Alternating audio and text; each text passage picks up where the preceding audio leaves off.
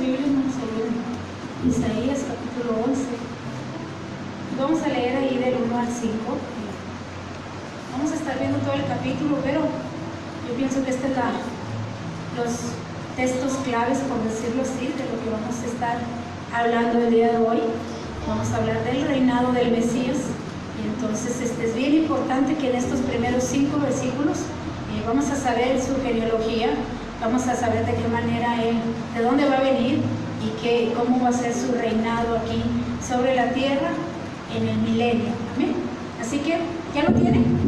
Amén. Vamos a abrir nuestra Biblia, vamos a leerle ahí Isaías 11 del 1 al 5. Dice así la palabra de Dios con la autoridad del Padre, del Hijo y del Espíritu Santo. Dice: saldrá una vara del tronco de Isaí, y un vástago retoñará de sus raíces, y reposará sobre él el espíritu de Jehová, el espíritu de sabiduría y de inteligencia, espíritu de consejo y de poder, espíritu de conocimiento y de temor de Jehová.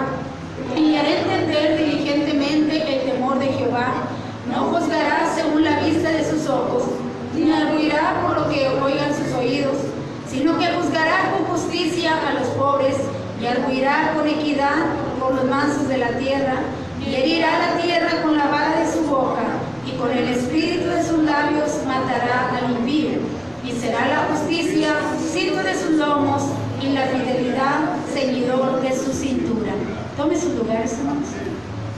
Hemos estado hablando del pueblo de Israel, de cómo Dios siempre va a estar a favor de su pueblo, como Dios de una manera u otra busca, hermanos, el congregarse, el ser amigos, del ser humano. Dios quiere ser amigo del ser humano, quiere ser su Padre también, quiere ser su Dios. ¿Qué quiere decir? Que Él quiere ser el todo de nosotros, quiere ser el amigo en quien confiemos. Porque si algo tenemos, si alguna de las cualidades que tiene el amigo es que le confiamos todo. Amén. Le confiamos aún más que lo que podemos confiar a nuestros hermanos o a nuestra familia. Por eso dice ahí el proverbio, que un amigo es más que un hermano en tiempo de angustia. Porque un amigo siempre está ahí. Bueno, hay amigos fieles que siempre están ahí cuando uno les necesita. Y ese es nuestro Dios. Es un Dios fiel, que quiere que confiemos en Él, que quiere que le creamos, que quiere que lo obedezcamos como Padre y que le creamos como Dios que es. Y eso es lo que Dios quería hacer para el pueblo de Israel desde que lo escogió. Si usted ve allá desde Génesis capítulo 12, donde escoge a la familia de Abraham, escoge a Abraham para hacer su descendencia, para ser ese pueblo el cual iba a ser introducido en la tierra prometida.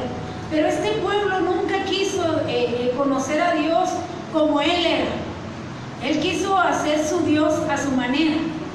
Él quiso imaginarse a Dios a su manera. Y dice la palabra de Dios que envió profetas, envió jueces para darse a conocer, porque cada vez que había un juez sobre Israel, dice que Dios estaba ahí. Y moría aquel juez y el pueblo se desenfrenaba y Dios estaba ahí, se iba también, pero regresaba el juez y Dios volvía a tomar las riendas o la autoridad o las leyes, como usted lo quiera entender, para el pueblo de Israel.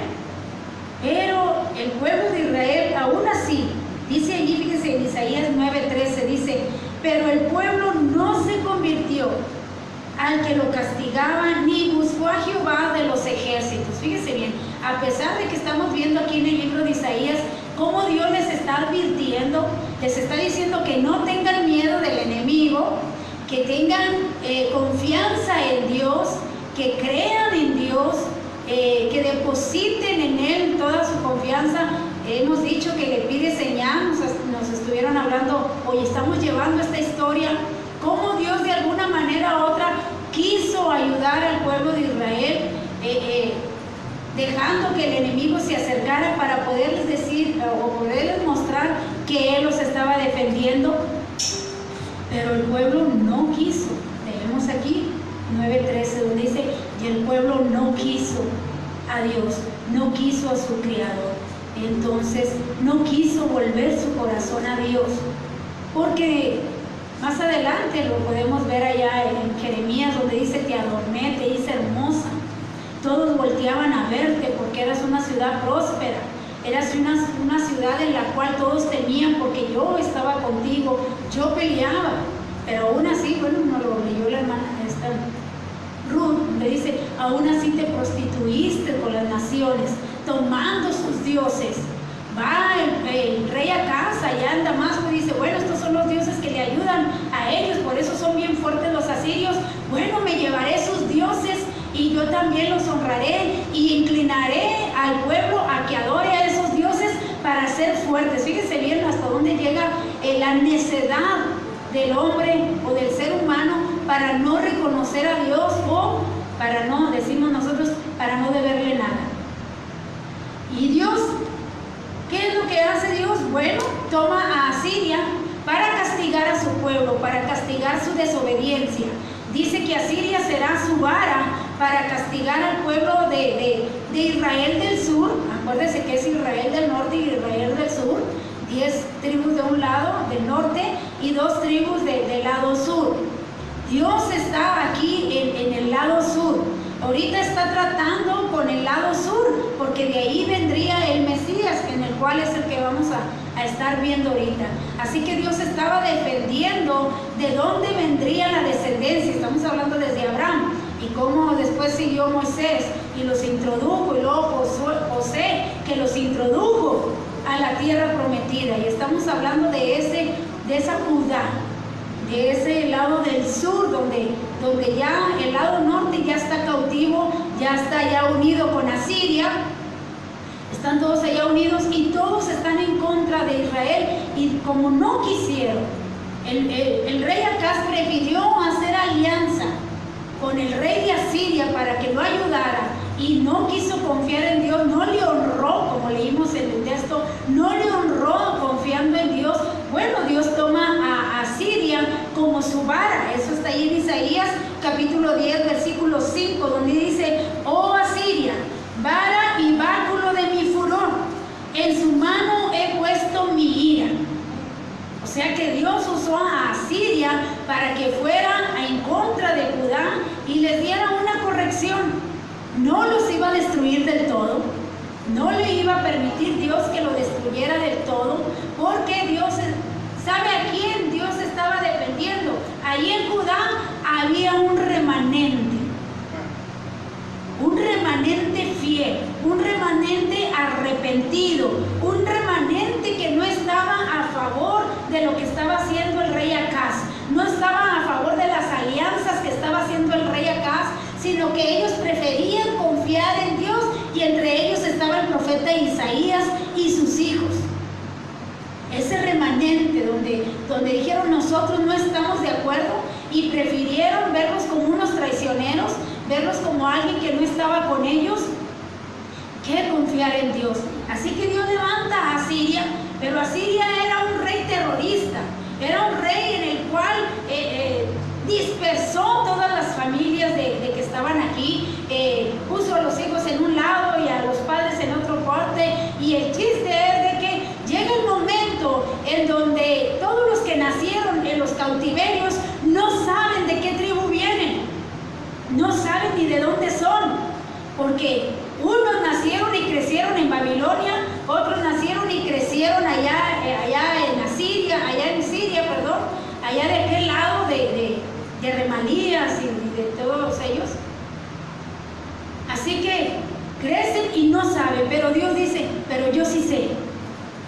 Y un día yo los voy a juntar a todos de los 4 confines de la tierra, yo los voy a juntar todos en Jerusalén, y yo los gobernaré. Yo les mostraré, porque Dios ahorita estamos, como quien dice, en el gobierno humano.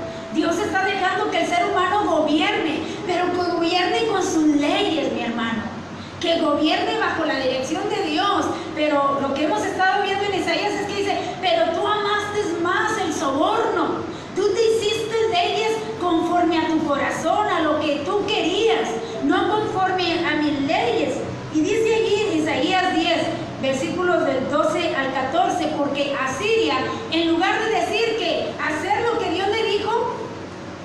abusó de la confianza que Dios le había dado, abusó y dijo Dios, como decimos nosotros en lo mexicano, te pasaste la mano, te dije que los corrigieras, no que los destruyeras, no que los descuartizaras, no que los atormentaras. Y entonces viene el furor de Dios contra Asiria, a defender a quién, mi hermano. Ya se habían llevado muchos cautivos, a todos los que traicioneros, pero a Dios. Se habían llevado muchos cautivos, pero aquí estaba un remanente y Dios los iba a defender. Y dice así, Isaías 10 del 12 al 14, pero acontecerá que después que el Señor haya acabado toda su obra en el monte de Sión, si usted lo tiene y lo quiere leer, léalo para que no se duerma, manténgase activo. Dice, monte de Sión en Jerusalén, castigará el fruto de la soberbia del corazón del rey de Asiria y la gloria de la altivez de sus ojos, porque dijo, con el poder de mi mano lo he hecho y con mi sabiduría, porque he sido prudente, quité los territorios de los pueblos y saqué sus tesoros y derribé como valientes a los que estaban sentados, y halló mi mano como nido las riquezas de los pueblos, y como se recogen los huevos abandonados, así me apoderé yo de toda la tierra, y no hubo quien moviese Alá, ni atraviese boca y gaznaz. Fíjese bien lo que hizo Asiria.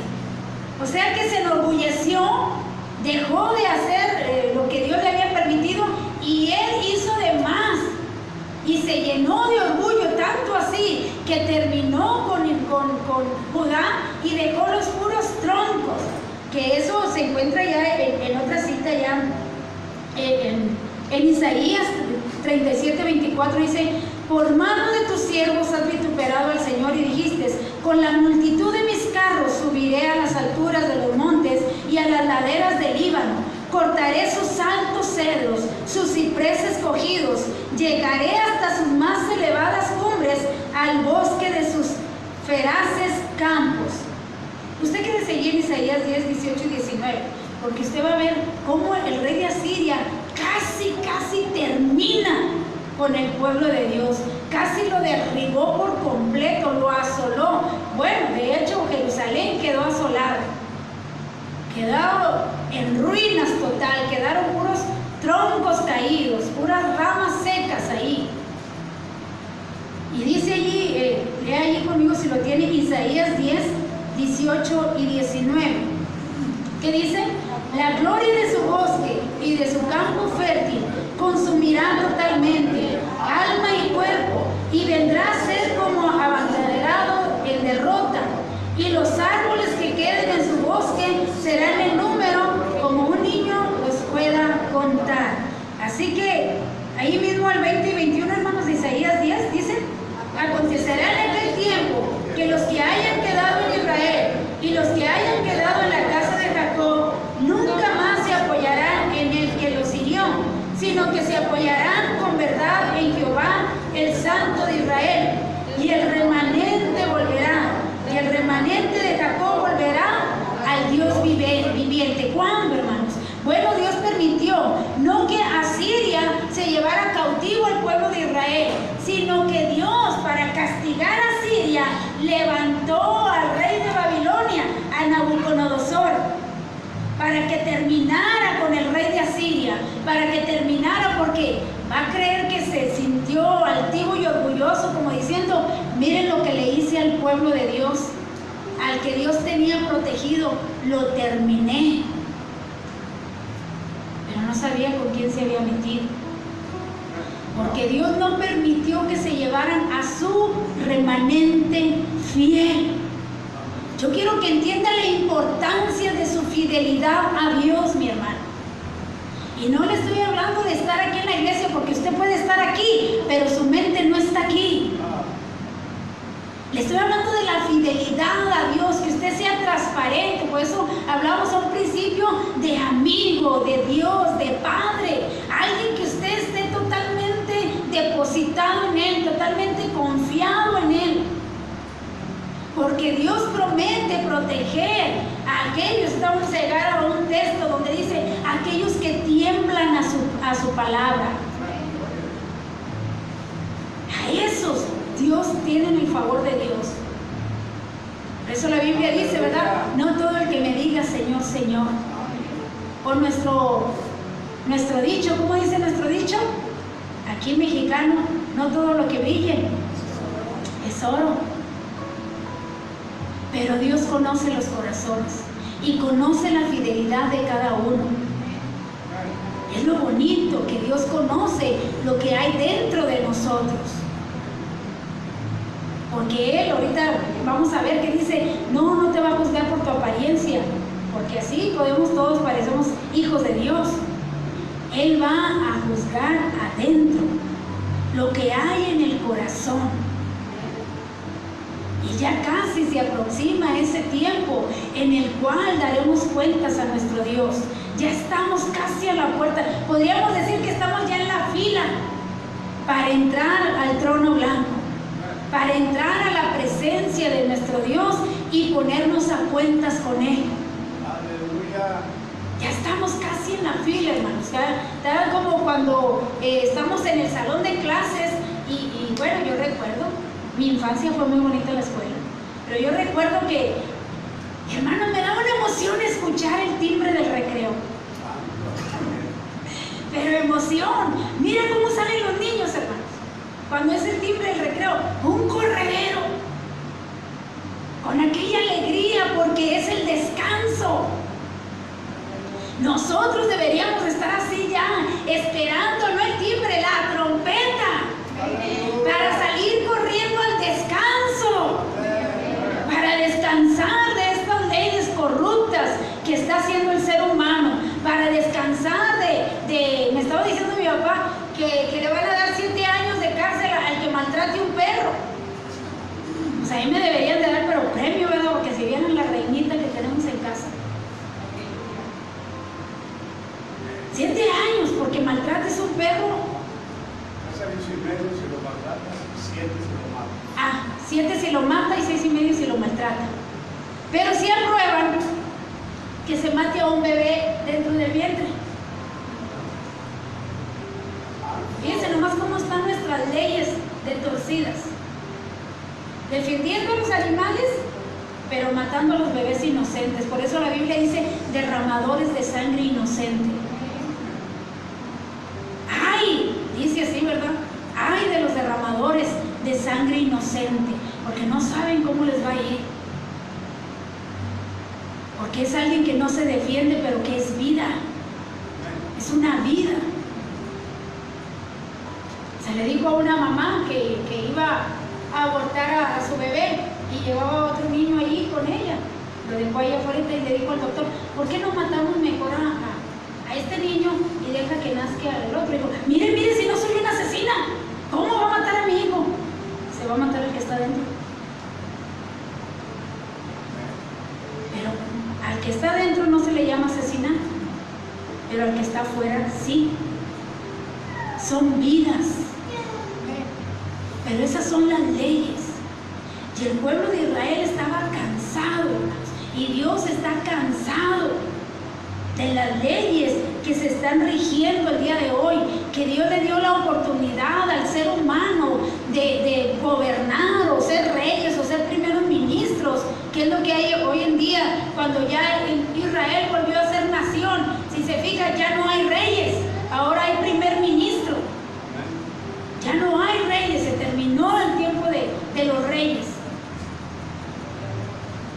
Pero Dios estaba cansado y el pueblo de Israel también. Así que Dios prefirió llevarse a este pueblo, prefirió llevárselo cautivo así completito, o sea, el que quedaba, el remanente fiel, llevarlo a Babilonia y después lo iba a hacer volver nuevamente cuando pasaran los 70 años. Pero si se fija, Dios ya nada más su mirada está sobre el remanente. Ya casi no se hablan de las otras tribus, más que se habla cuando se levantan en contra, porque las 10 tribus siempre estuvieron en contra tribu de Judá, porque por decirlo así, era la preferida de Dios. Acuérdese de José, que eran 12 hermanos y 10 le tenían envidia y coraje a Benjamín y a José. Desde entonces Dios sabía que el reino iba a ser dividido, porque los hermanos siempre envidiaron a José, y las tribus, las 10 tribus, siempre envidiaron a las 2 tribus que habían quedado allí en Jerusalén. Y bueno, el trasfondo de esta historia es de que Israel en su totalidad estaba enfrentando dificultades nacionales, y cuando decimos dificultades nacionales, hermanos, nos referimos a dificultades políticas, dificultades sociales, dificultades económicas y sobre todo, y peor aún, dificultades espirituales, porque ya no sabían discernir, ya no sabían lo que le agradaba a Dios y lo que no le agradaba a Dios, porque ellos creían que Baal, el adorar a Baal, era como si estuvieran adorando a Dios, como hoy en día. Tanta gente que adora a otros ídolos y creen, dicen, pero es el mismo Dios. Y no es así, pero ellos así lo creen. Y a ese estado de apostasía llegó el pueblo de Israel, donde ya no sabían si adoraban a Dios o no lo adoraban, si le agradaban o no le agradaban, porque dejaron de escuchar a sus profetas. Así que el rey de Asiria va y termina con todo. Pero allí en Isaías 6, versículo 3, Dios sabía lo que iba a suceder. Por eso les estaba advirtiendo que confiaran en Él, porque dice ahí, Isaías 6:13, dice, y si quedare aún en ella la 10ª parte, esta volverá a ser destruida, pero como el roble y la encina, que al ser cortados aún queda el tronco, así será el tronco, la simiente santa. No importa cuánto te tengan que derribar, no importa lo que el enemigo le haga a mi ciudad, estaba diciendo Dios, yo como quiera, aún de la raíz, he de levantar al que reinará por siempre. Porque Dios cumple promesas. Y Dios le había prometido a David que de él vendría el que reinaría para siempre. Y esta era la condición del pueblo de Israel. Israel estaba en serias dificultades y sobre todo espirituales. Israel era como un tronco, como un árbol derribado. Esta situación no significa que no había esperanza. De hecho, en el libro vemos el castigo que Dios había prometido que vendría y llegaría a su fin. Y una vez que el castigo llegase a su fin, ¿qué haría Dios? Que recogería el remanente de Israel, lo restauraría, pero no para dejar a ese remanente suelto y sin pastor, sino que traería el remanente y le pondría un pastor conforme a su corazón. Dios siempre viendo el futuro, Dios siempre viendo lo que venía, el propósito de Él. Y en este caso, bajo el rey ideal, que era el Mesías, y de esto se trata este capítulo, el contenido general del capítulo tiene que ver con la promesa de un rey davídico. Cuando el castigo llegase a su fin, Dios recogería el remanente, los arrepentidos. ¿Qué quiere decir la palabra arrepentidos, hermanos? ¿O qué significa en el hebreo? En el griego, ¿qué es más que todo? Arrepentimiento, cambio de mente, cambio de actitud. Entonces está hablando Dios del pueblo, del remanente arrepentido. Los congregaría nuevamente y pondría sobre ellos no cualquier rey. Ya realmente el pueblo estaba hastiado y cansado de pastores y de reyes que se pastoreaban a sí mismos, de reyes que no buscaban el bienestar del pueblo, sino que buscaban el bienestar propio, de reyes que no buscaban la prosperidad del pueblo, sino que buscaban enriquecerse ellos mismos y poniendo leyes. Dice aquí, de hecho, una de las cosas que Dios denunció a través del profeta Isaías es que los pastores y los reyes se estaban pastoreando ellos mismos, incluso creando leyes que les favorecían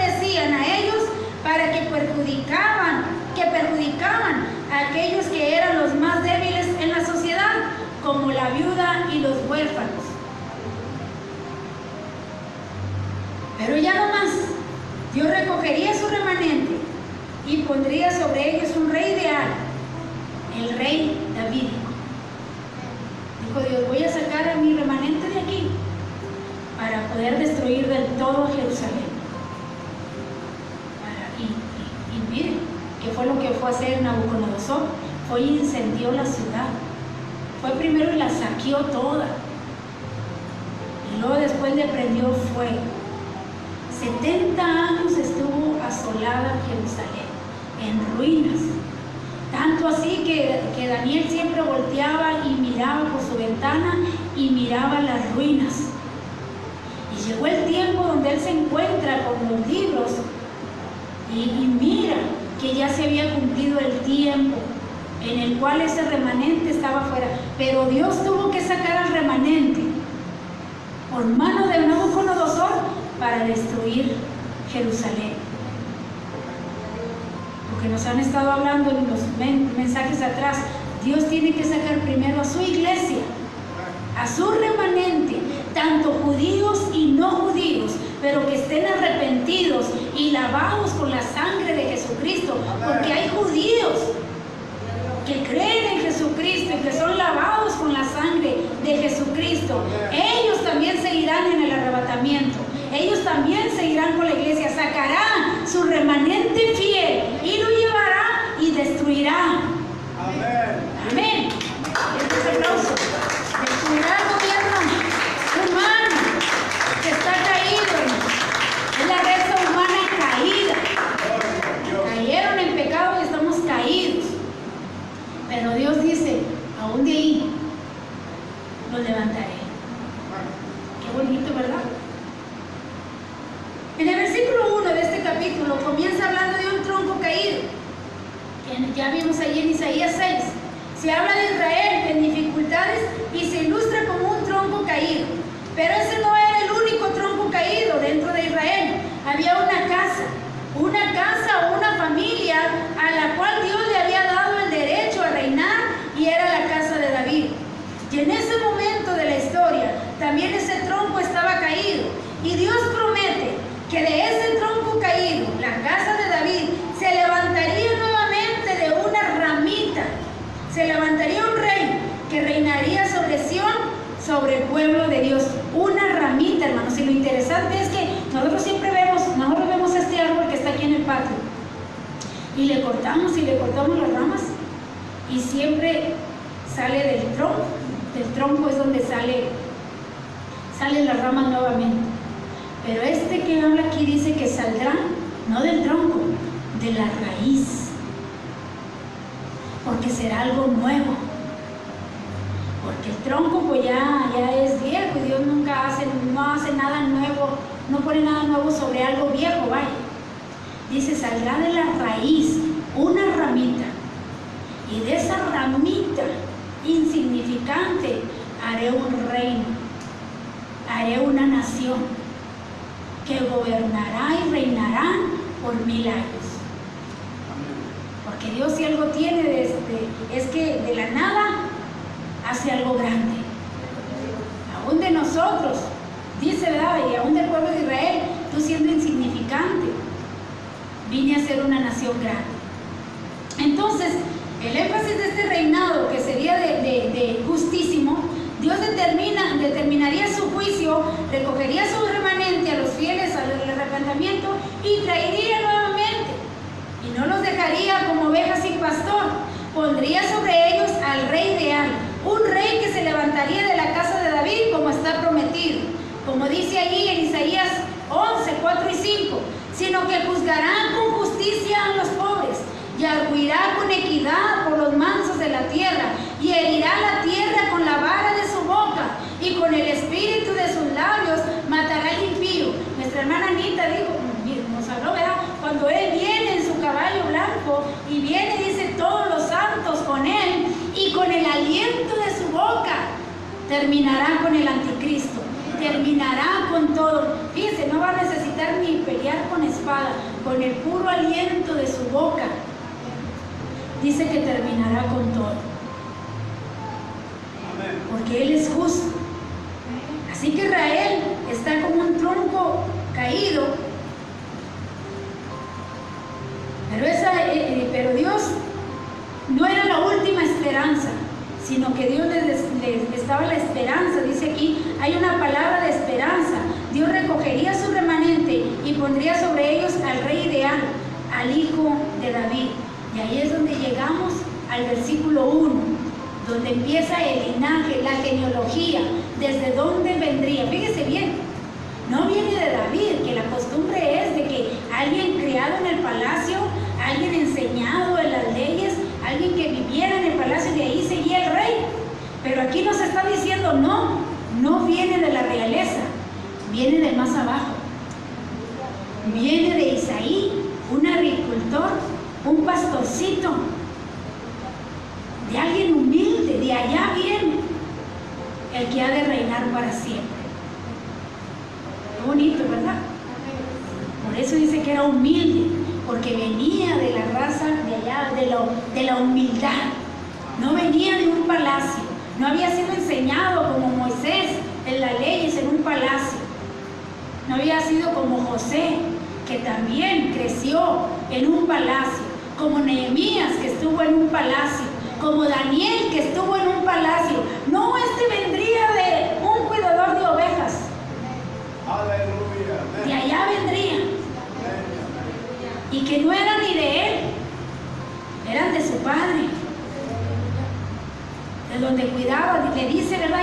Hay un texto donde le dice Dios a David, yo te saqué de detrás de las ovejas, de ahí te traje. O sea, no olvides tu linaje, no olvides de dónde vienes. Te saqué de detrás del ganado, de ahí vendría el Salvador, aquel que nacería y crecería, hermanos, con un carpintero. Ahí, ese carpinterito, nacerá el Rey de Justicia, el Rey de Reyes y Señor de Señores. A Él sea la honra, la gloria y la alabanza por siempre. Amén. Aleluya.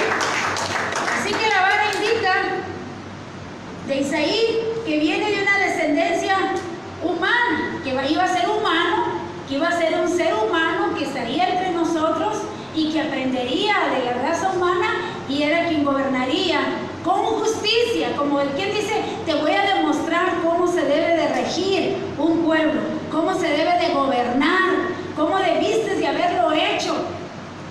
Casi así les va a dar a entender a todos los que fueron reyes en su tiempo. En otra traducción lo expresa de esa manera: y brotará un retoño del trono de Isaí, un vástago de sus raíces dará fruto. Y observemos que aquí se menciona una vara o un retoño, pero no hace referencia a David, como ya vimos, hace referencia a Isaí. Vendría de Isaí. Dios le había prometido a David que de él levantaría a ese rey. Este mismo versículo nos habla del linaje humilde de este rey. De hecho, la frase clave de este versículo es vástago. Y un vástago es una ramita muy pequeña. Si recordamos, en el capítulo 10 de Isaías terminó hablando de los orgullosos de asirios, que dice que eran unos cedros, eran algo grande, pero Dios hablaba de los ciprés, de algo más humilde. Dice, y recordamos, dice, de los orgullosos asirios, y recordamos que la imagen que usó Isaías para referirse a los asirios, usó unos cedros muy altos, pero esos cedros serían cortados, y en contraste con esos cedros altos y orgullosos, Dios levantaría una tierna ramita de ese tronco caído, de esa casa real que estaba caída, las esperanzas del pueblo que estaban caídas porque su familia real estaba derribada, pero Dios había prometido que de ese tronco de la casa de David se levantaría una ramita muy pequeña. Por supuesto que en nuestro pasaje de hoy se explica que él formaría parte de la descendencia de David. Pero ¿por qué de Isaías? Bueno, ya lo dijimos, de Isaí, perdón, porque vendría de un linaje humilde, que no pertenecía al linaje real, sino que pertenecía a algo más abajo. Dice, ya no pertenecía a un príncipe criado en un palacio, sino a alguien criado en un taller del carpintero. Ahora, ¿por qué significa la palabra vástago en el hebreo para entender que era esa ramita tierna que nacería de esa raíz? Dice, la palabra vástago en hebreo es traducida Nester. El Nester al principio tan humilde era como el pobre de Nazareno. ¿Qué significa Nester, hermanos?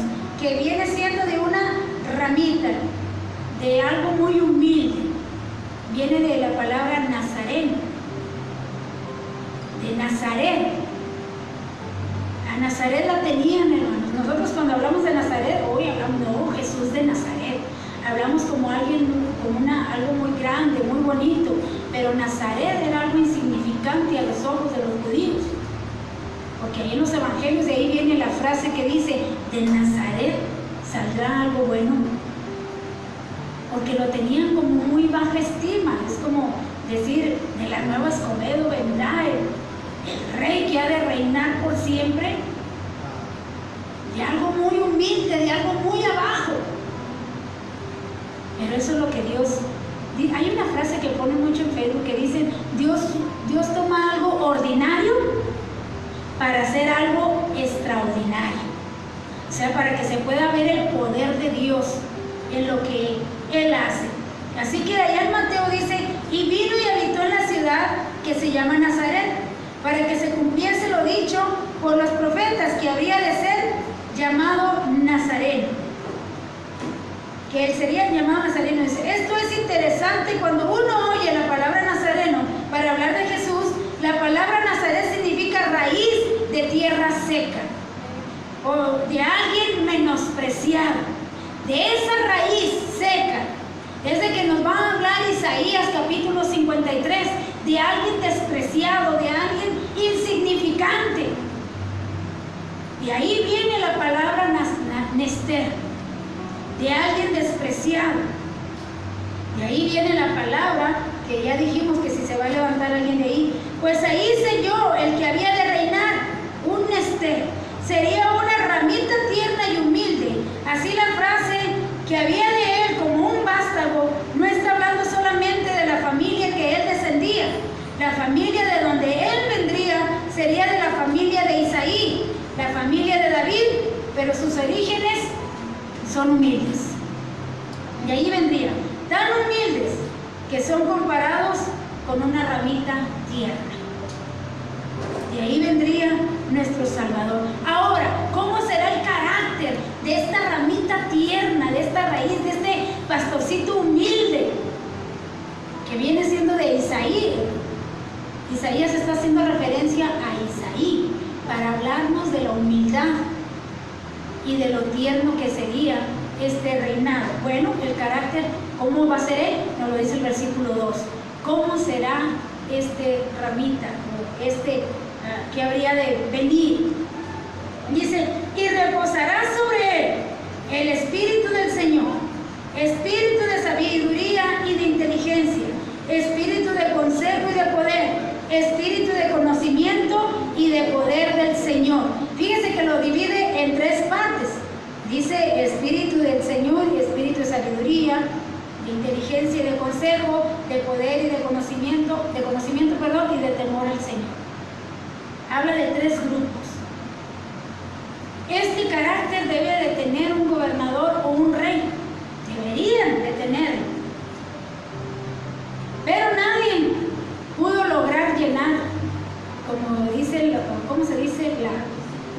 La solicitud o lo que Dios pedía, pero este rey sí. Dice que el número 7, allá en Apocalipsis 1:4, dice que habla de los 7 espíritus de Dios. O sea que Dios vendrá a gobernar, Dios vendrá a reinar. La raíz que está hablando del Mesías vendrá con el Espíritu de Dios en su plenitud, sin medida. Vendrá a gobernar al remanente fiel, a los arrepentidos. A ellos vendrá a gobernar con justicia.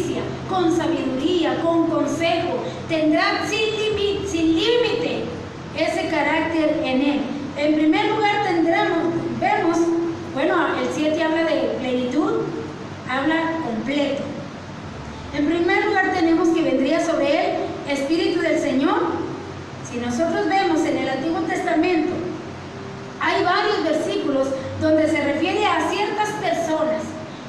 Usted sabe que en el Antiguo Testamento no moraba en todos el Espíritu Santo como el día de hoy.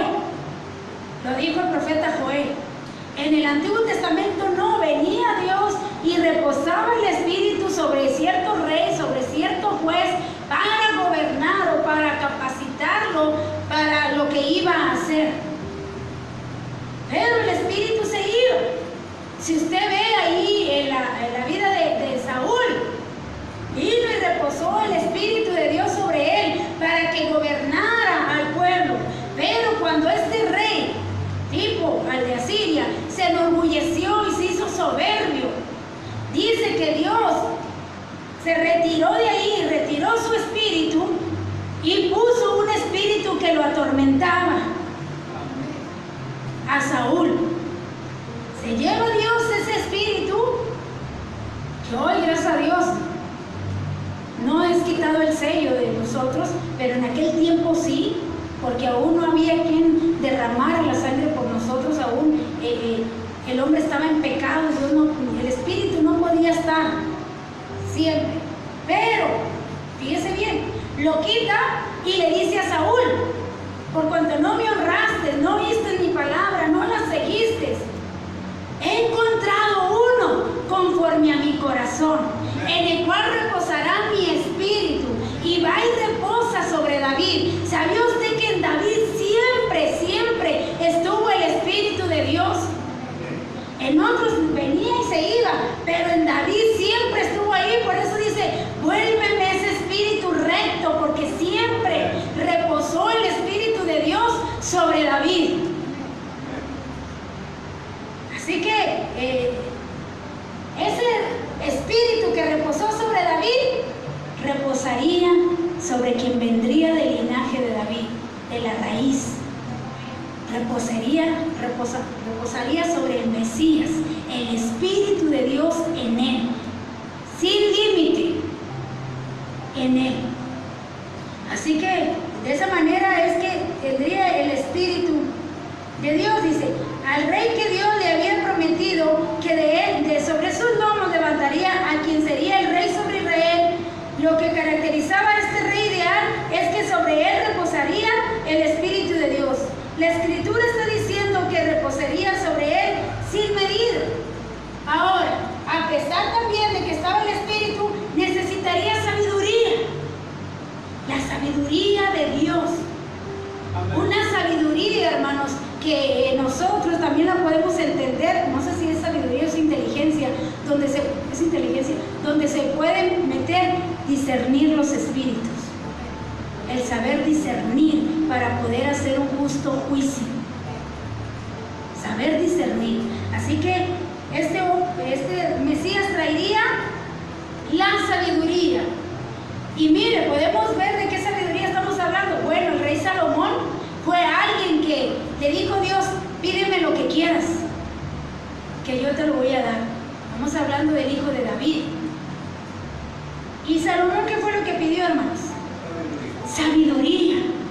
Dijo: dame sabiduría, porque este pueblo es grande, yo soy pequeño y yo necesito de tu sabiduría para saber gobernar a este pueblo, para saberlo manejar. Y Dios se lo concede. ¿Cómo podemos decir que Dios le concedió la sabiduría a Salomón? Bueno, cuando vemos a aquellas dos mujeres que llegan al palacio y le dices: oh rey, mira que esta mujer se acostó encima de su hijo y murió su hijo y robó el mío y ahora dice que es el de ella. Y la otra decía: no, es el mío, el niño que murió es el de ella. Y la otra: no, es el de ella. Y dice Salomón: bueno, tráiganme una espada y partamos al niño. Y dice aquella mujer: no, dale el niño a ella, no lo partas. Y le dice la otra: sí, pártelo, mitad y mitad. Y dijo Salomón: denle el niño a la mujer que prefiere perderlo, a que lo maten. A ella dénselo. Y de esa manera podemos ver que Dios le cumplió la petición a Salomón. Le dio la sabiduría que le había pedido. Pero este Mesías, hermanos, tendrá la sabiduría del Altísimo. Tendrá algo sobrenatural en él. Y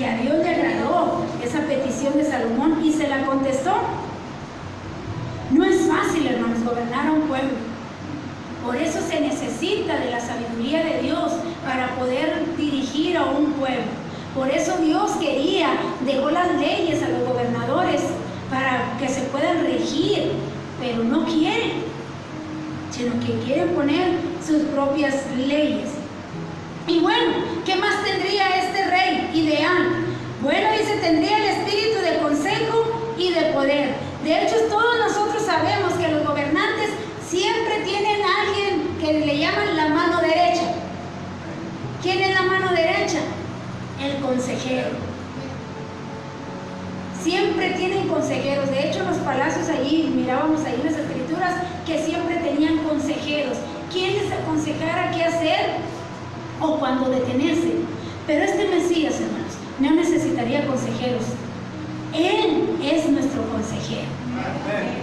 Él lo es, nos lo dice allí Isaías capítulo 9, versículo 6, ¿verdad? Que dice que será admirable, será consejero, será Dios fuerte, será príncipe de paz. Entonces está diciendo que Él no necesitaría de alguien que lo aconsejara, sino que Él es nuestro admirable consejero. Y no solamente es nuestro admirable consejero, sino que es Dios fuerte, Padre eterno, príncipe de paz. Hablando del Mesías que habría de venir, que habría de nacer, pero que aquí ya está en el milenio. Y bueno, podemos encontrar a un rey que sabe mucho, podemos encontrar un rey que es muy sabio, que sabe aplicar lo que conoce. Podemos encontrar un rey que tiene los mejores consejeros en su imperio, pero tenemos un problema, y es que si no sabe aplicar lo que él sabe, es porque le falta el poder de Dios. Porque el poder de Dios es el que da la sabiduría para saber aplicar la justicia de Dios. Para saber arreglar los asuntos de Dios se necesita la sabiduría de Dios. Pero en este caso no sería así del Mesías, porque en él reposaría el espíritu de inteligencia, además el espíritu de consejo y poder sin medida para hacer lo que hay que hacer. Y no solamente tiene esto, sino que también tiene conocimiento y temor de Dios. Él se deleitará en el Señor. Así que todos los temores se disipan cuando encontramos un rey en quien están todas las virtudes combinadas, sabe mucho y sabe aplicarlo. A pesar de tener todo el conocimiento, hay algo que le deleita y es el temor del Señor. Es algo lo que Él le deleita a nuestro Dios. Y vamos allí a los versículos, dice aquí, continuamos leyendo ahora el versículos 3 y 4 del capítulo 11, donde el profeta Isaías comienza a hablarnos de cómo gobernará, ya que tiene todas estas cualidades, que él tiene que su deleite es en el temor del Señor, que él tiene, vemos su carácter, bueno, dice, y le hará entender diligentemente en el temor del Señor.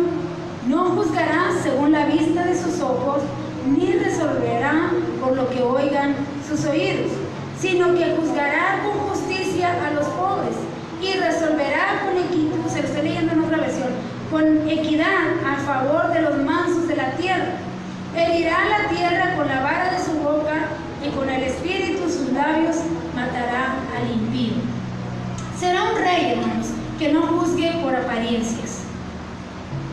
De hecho, allá en palabras de nuestro Señor Jesucristo, allá en Juan 7:24 dice, mira, si tú vas a juzgar a alguien, no lo juzgues según sus apariencias, júzgalo con justo juicio. ¿Qué quiere decir? Usa el discernimiento de espíritu, usa la inteligencia para que seas justo. O sea, la intención. Dios, si algo juzga y si algo castiga o cuando nos corrige, hermanos, es la intención. Hay veces que mamás pegan a sus hijos y le dicen, pero no lo hice, ¿por qué me pegó? No lo hice, hijo, pero con la intención basta. ¿Verdad que sí? Ese sí es Dios. Usted puede decir, no lo hice, pero con la intención con lo que lo hiciste. Por eso te castigué. Vamos a suponer, fíjese bien, porque aquí en otras palabras dice, Él no va a juzgar por los chismes que le traigan.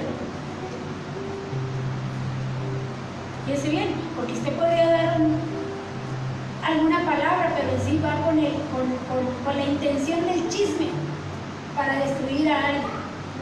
Así que Dios no va a hablar del modo, Dios no le va a juzgar del modo que usted lo habló, lo va a hablar con la intención con que usted dijo aquello. ¿Me está entendiendo? Por eso dice, no critiques ni murmures, porque Dios está viendo con qué intención usted está hablando las cosas o está haciendo las cosas. Ese será el juicio de nuestro Dios, hermanos. Por eso dice que Él reina desde ahorita, porque desde ahorita está viendo las intenciones que hay en el corazón. Porque yo podremos engañar, apariencia, le dijo Jesús a aquellos fariseos hipócritas que aman sus vestiduras largas, pero yo conozco lo que hay dentro de ustedes. No son rectos, no juzgan con justicia. Por eso Jesús dice, no juzguéis según las apariencias, sino juzguen con justo juicio, conozcan los corazones, conozcan las intenciones. No juzgará, dice, lo que vean sus ojos. A veces nosotros juzgamos por lo que ven nuestros ojos, pero hay un dicho que dice, las apariencias engañan. Y no solamente eso, imagínese un rey que le falten esas cualidades y que constantemente venga la gente a traerle chismes y a base de los chismes y rumores, él haga sus decisiones. Imagínese a alguien así. Por eso a veces usted viene con su pastor y le cuenta algo y a veces se desespera porque dice usted, bueno, el pastor ni hizo nada, le dije y no hizo nada, porque no tenemos que ver, hermanos, con qué intención se vino a decir las cosas y luego se ve que se hace. Porque imagínese un rey rigiendo, castigando por los chismes que traiga la gente. Imagínese a alguien así. Por eso dice, Él no va a juzgar por lo que le vengan a decir, ni va a juzgar por las apariencias, sino que como Él es inteligente, Él es sabio, en Él está la sabiduría, Él va a discernir hasta lo más profundo del corazón, y es el modo que Él va a juzgar. Allá donde nosotros no alcanzamos a ver, desde ahí Él va a juzgar. Es un rey. Pero imagínense que tengamos un rey, dice que ni es inteligente, ni es sabio, ni tiene buenos consejeros. Pero este no sería en el caso de este rey, porque él no solamente juzgaría por las apariencias, tampoco juzgaría por los rumores. Y dice, ni resolverá por lo que oigan sus oídos. Y ahí en el versículo 4 está hablando que juzgará con justicia a los pobres, pero no está hablando a los pobres que no tienen dinero, mi hermano. Porque imagínese un rey que diga, ay, es que es pobre, no puede pagar, le voy a dar el fallo a su favor. Ay, este es rico, me dio bastante dinero, le voy a dar el fallo a su favor. Porque tiene dinero. Este Dios no va a dar el fallo por eso, ni porque usted es pobre, ni porque sea muy rico. Él está hablando de los pobres en el espíritu. Está hablando de esos. No de los pobres, porque si no dirían todos los pobres, uy, pues entonces yo voy a tener la justicia de Dios. No, está hablando de los pobres en el espíritu. Dice, porque de ellos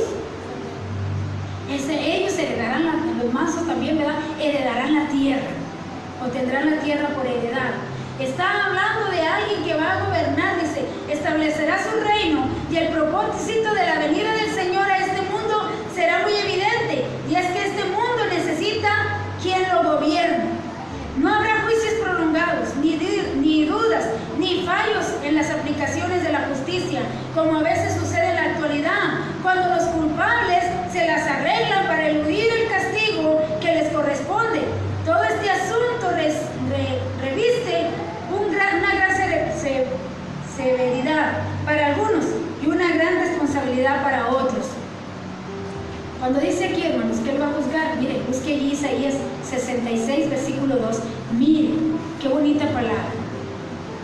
Cuando aquí dice que juzgará con justicia a los pobres, ¿está hablando de los pobres en el espíritu porque se contrasta ahí mismo, en el mismo capítulo 4, con el impío. Por lo tanto, el pobre aquí es el pobre en el espíritu, una persona humilde que es contraste con el impío que no toma en cuenta a Dios. Y una persona humilde es aquella que toma en cuenta a Dios para todo lo que va a hacer y para todo lo que va a emprender. ¿Qué dice Isaías 66, versículo 2? Dice: mi mano hizo todas estas cosas, y así todas estas cosas fueron, dice Jehová. Pero miraré aquel que es pobre y humilde de espíritu, ¿y qué me hace? Y que tiembla mi palabra. ¿Quién es el pobre y humilde para Dios? Así podrá ser muy rico, pero si es una persona que tiembla a su palabra, si es una persona que en todo momento acude a Dios, dice Dios, para él será mi justicia. El alto y sublime, dice mi hermano, mis ojos están sobre esas personas humildes, sobre esas personas que tiemblan ante mi palabra, sobre esas personas que constantemente cuando hacen algo malo se arrepienten y piden perdón.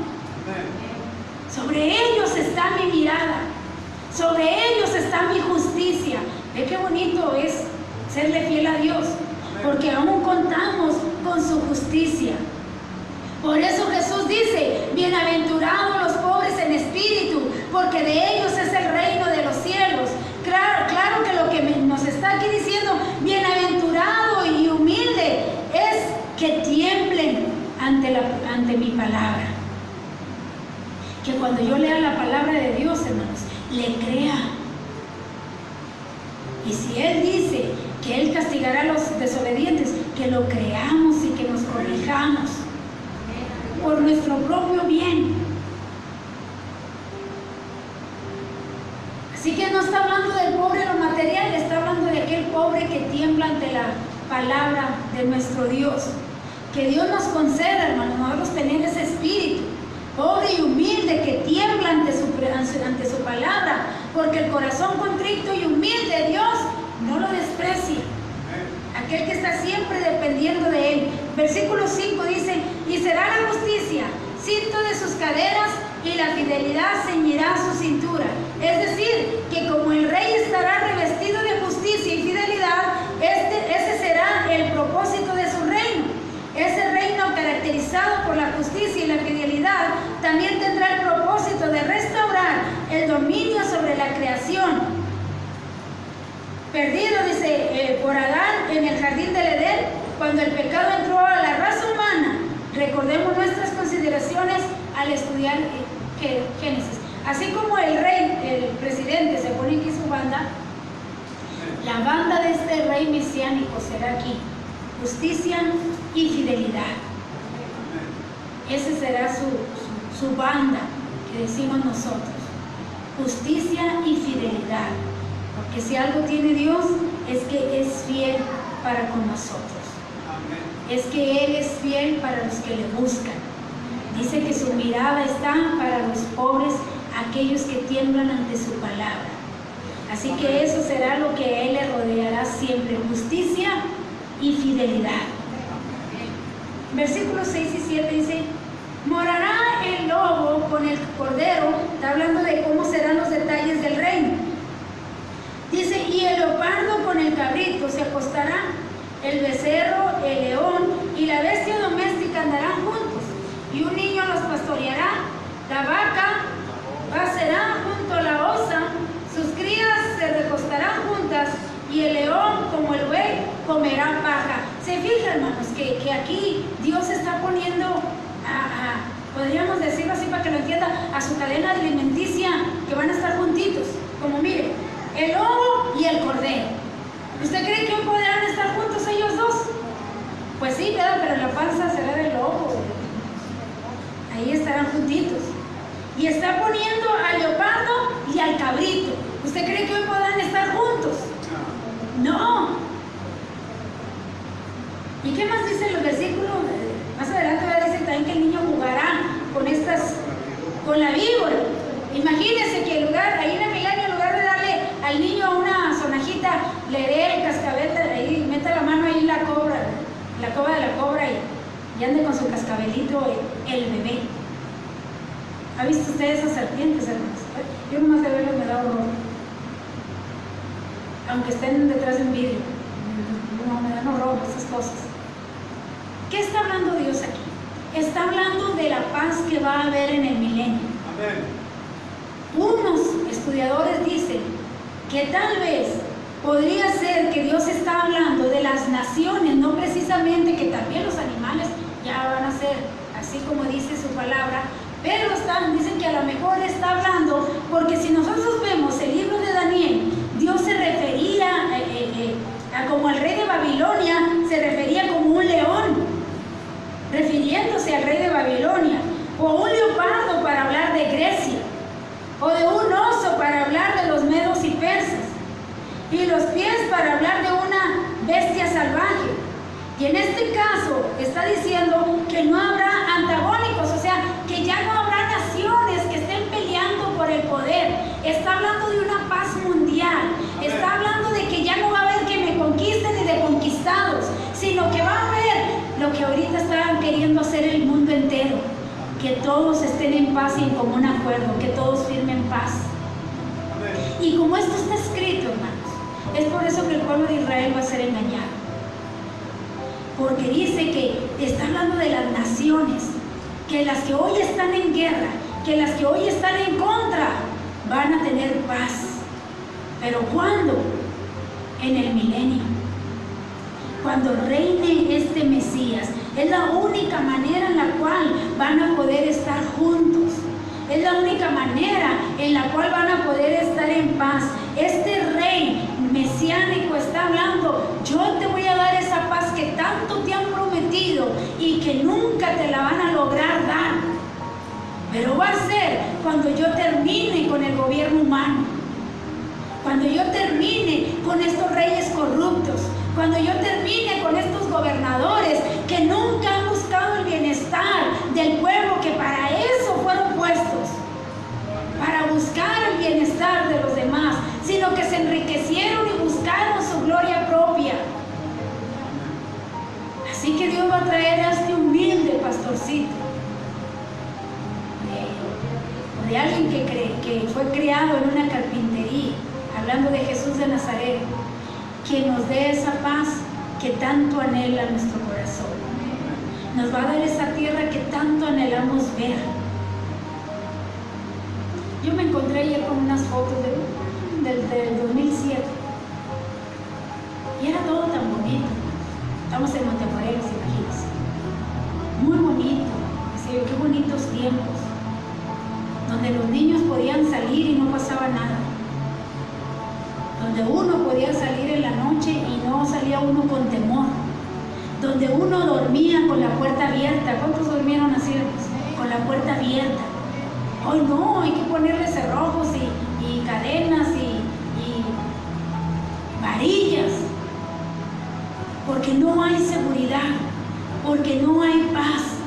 Pero Dios le estaba prometiendo al pueblo de Israel: no importa que te lleven cautivo, no importa que tú estés allá, yo prometo, porque se lo prometí a David, que te voy a regresar la tierra y que te voy a dar el rey que tanto anhelas y que te va a hacer la justicia que tú tanto buscas y tanto quieres. Un rey justo que te dé esa paz que ahorita nadie te la puede dar. Que vendrá el anticristo con engaños. Por eso dice que terminará con el impío, porque va a terminar con el anticristo para darnos la heredad, la que le prometió a David. Y ya no pude avanzar más, porque el siguiente versículo va a llegar donde entramos los gentiles a este remanente. Entramos nosotros a esta promesa, donde está hablando de la paz mundial. Está hablando, mire ahí, vamos a terminar con este Jeremías 5:6, dice: por tanto, el león de la selva los matará. Bueno, estoy hablando de cómo podría ser que está hablando de naciones. Aquí donde dice que el león estará con el cordero, dice: por tanto, el león de la selva los matará, los destruirá el lobo del desierto, el leopardo echará sus ciudades, cualquiera que de ellas saliere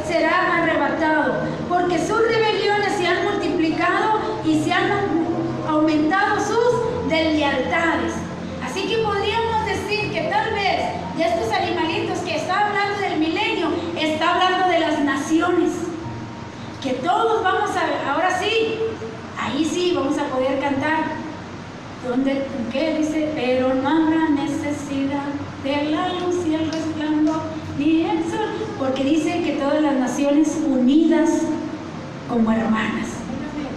Por ahí sí vamos a poder cantar este canto, porque de todas partes vendrá el remanente fiel, judíos y no judíos, a ser gobernados por este rey. Y aquí lo vamos a dejar. Vamos a ponernos de pie y vamos a darle gracias a Dios. Y en esta hora vamos a orar para que Dios nos dé ese espíritu del cual leímos, hermanos. Dígale, dame esa humildad para que yo cuando escuche tu palabra la tome como autoridad. Que yo cuando lea tu palabra crea que eres tú que me está pidiendo las cosas y que no es el hermano o la hermana, sino que eres tú, para que yo lo pueda obedecer. Porque sus ojos van a estar sobre los humildes, dice su palabra. Amén. Padre, te alabamos en esta hora y te damos gracias por tu palabra. Gracias por esta promesa que es aún para tu iglesia. Que tú prometes un día, Señor, que vamos a ser gobernados por ti, porque tú te sentarás ahí donde se quiere sentar el anticristo, y que por un tiempo se le dará el derecho a sentarse en tu trono, porque ese siempre ha sido su anhelo, sentarse en el trono que él le pertenece al Hijo de Dios, al Rey de Reyes, al Señor de Señores. Amén. Le permitirá sentarse ahí, mi Dios, pero no será por mucho tiempo, porque vendrás tú y lo terminarás.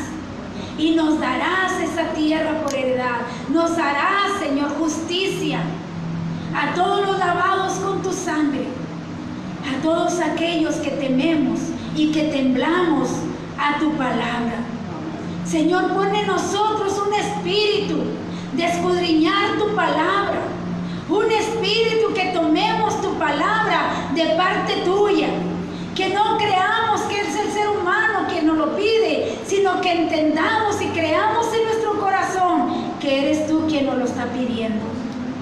Que seamos mansos y humildes, que nos has dicho en esta hora qué significa, aquellos que tiemblan a tu palabra, y que te honremos con nuestras vidas, que te demos gracias y que permanezcamos fieles a ti hasta que tú vengas por tu iglesia. Te lo pedimos en el nombre de Jesús y te damos gracias. Amén.